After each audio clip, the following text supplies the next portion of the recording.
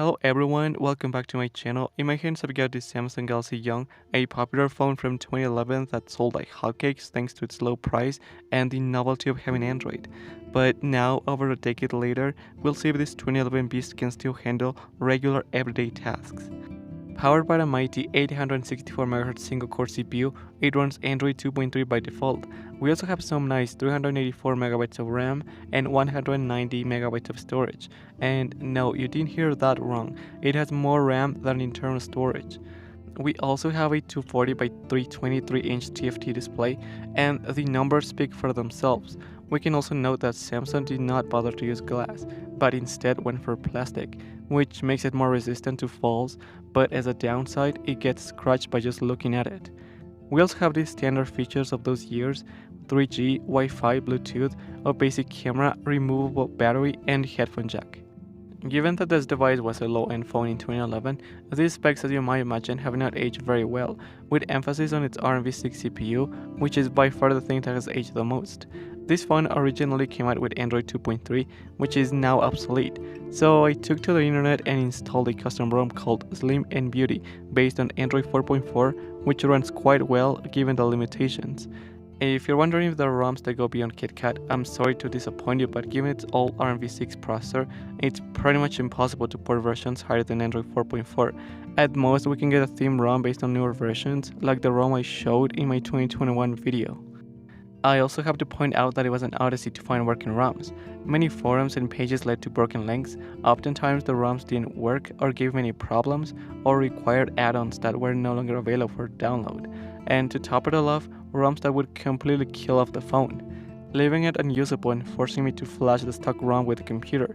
So it took a long time to find a functional custom ROM, and the best I would say is Cyanogen Mode 9 Lite that came out in late 2018. Some of these ROMs come with an added benefit, and that is the ability to perform an overclock up to 1.1 GHz, which really comes in handy.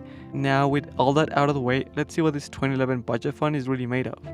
First, basic things like calling and messaging depend on whether your country still supports 3G or not. Calendar, the music player, etc. are timeless functions this phone can still do. Interestingly, the GPS still works, and by making use of an older version of Google Maps, you could still use it if you have the mania of getting lost out there. Moving on to web browsing, the standard browser that came with the ROM is barely enough for Google searches. It's so old it can't even load the Wikipedia page. And despite having KitKat, we will not be able to use the latest version of Opera Mini for this version. We'll have to go to some repository and download an older build to use it. All this thanks to the blessed ARMv6 processor that limits what we can do.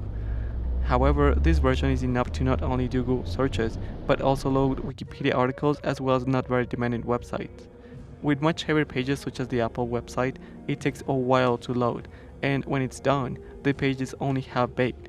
But to its credit, at least we can have an idea of the content inside.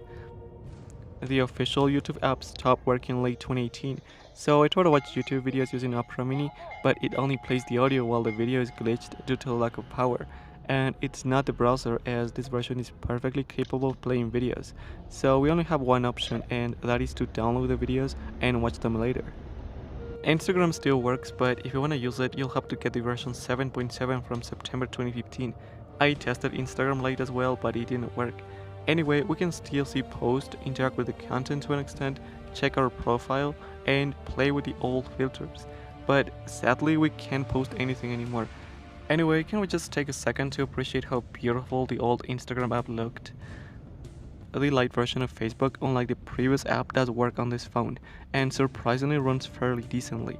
We can still use it to send messages and even post pictures, something that was not possible on Instagram.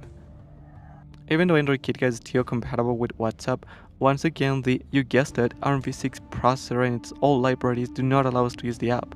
And the installation process is normal, but the problem arises when you try to use it. You'll get a message that reads uninstall and reinstall. When it comes to games, the latest ones no longer run on this phone for obvious reasons, and if you want to play any games here, you'll have to look for the APKs for ARMv6 processors. There are many good games from 2008 to 2012 that you can play, even 3D games like the first Nova, Asphalt 6, and even GTA 3. The bad thing is that on top of having to look for those ancient APKs, you have to use Chainfire 3D, which is very difficult to get at this point. Also, we have so little storage I couldn't install any of these games here.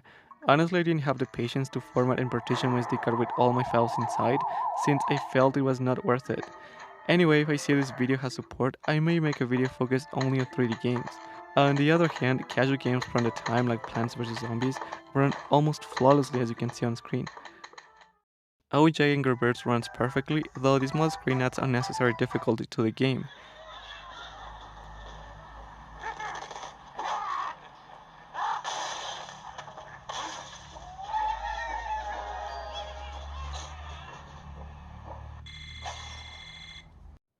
Subway Surfers on the other hand is playable, there's lag but it's not enough to say it's unplayable.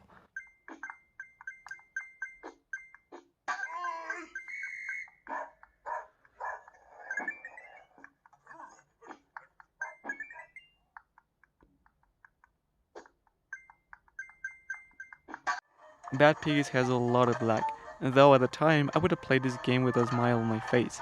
I mean, for this type of games I guess it really doesn't matter that much.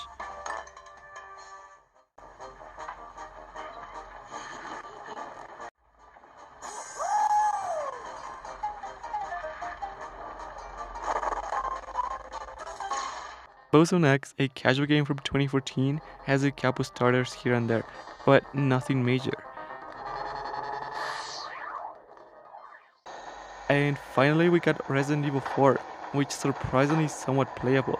I think this game is the most demanding game we can play without hacks like Chainfire. Anyway, the performance is not great, and the small display makes it so difficult to play, but other than that, we gotta see the limits of the Galaxy Y with this game. And sorry for not leaving links of the apps, I don't want YouTube to take down my videos for the third time.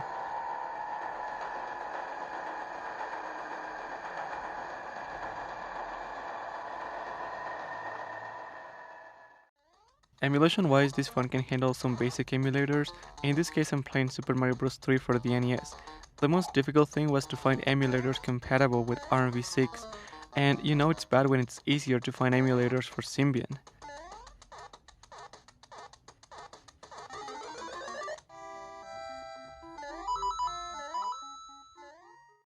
SNES also runs quite well. I'm playing Donkey Kong Country and the game lags here and there, but still perfectly playable, just like most SNES games.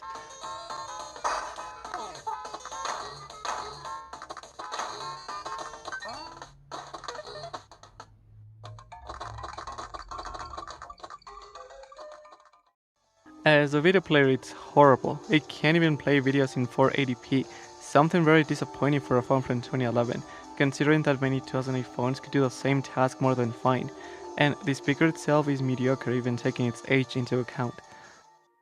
As for the camera, we have a 2-megapixel sensor that can record videos up to 240p at 15 frames per second, and as you can imagine, the photos and videos are as bad as they sound, to the point that many feature phones had better cameras than this thing, but to its credit, it's not the worst camera I've seen in my life.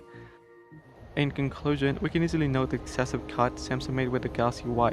Even by the standards of 2011, it was unusable if you were not an advanced user, let alone today. Even my Nokia 6120 from 2008 held up better than this phone. And it's for reasons like this it's considered by many as one of the worst phones in history. But honestly, despite being, excuse me the word, a piece of crap, it's a phone that's managed to win the hearts of the people who used it. It was a different time, man. This was the first Android device of many people, and the feeling of having your first Android phone was almost magical. Feeling that does nothing but grow over the years with nostalgia. It's as if the phone had something that many phones of today do not have, a soul.